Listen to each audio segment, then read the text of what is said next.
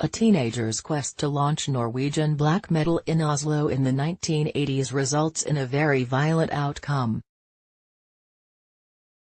Lords of Chaos tells the true story of true Norwegian black metal and its most notorious practitioners, a group of young men with a flair for publicity, church burning and murder, mayhem. Drawing from personal experience, director Jonas Åkerlund was a drummer for the Swedish extreme metal band Battery for a short time in the early 80s. His adaptation of Michael Moynihan and Didrik Soderlund's book Lords of Chaos details of the group's rise and fall via Mayhem's co-founder/guitarist Øystein Aarseth, aka Euronymous, Rory Culkin, and his relationship with two volatile collaborators, Per-Yngve Olin aka Pelle aka Dead, Jack Kilmer, the band's ultra-melancholic first singer who killed cats and then himself, and Varg Vikernes, aka The Count, Emery Cohen, a fellow outcast and Aarseth's eventual murderer.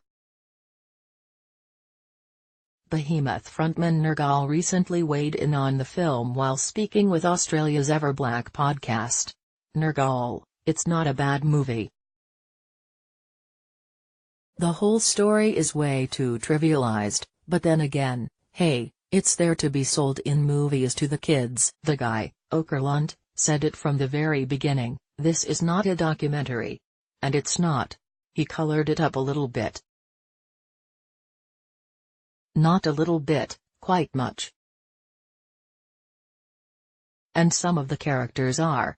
I mean, he really paid attention to the details. And some of the scenery and photos and actions, they were replicated, like, identically, really. I was, like, oh, shit. That looks like the photos that I've seen, or the show that I've seen, or this and that. But overall, it's pretty shallow. It's really well done. Jonas Åkerlund is amazing. I mean, his talents are amazing.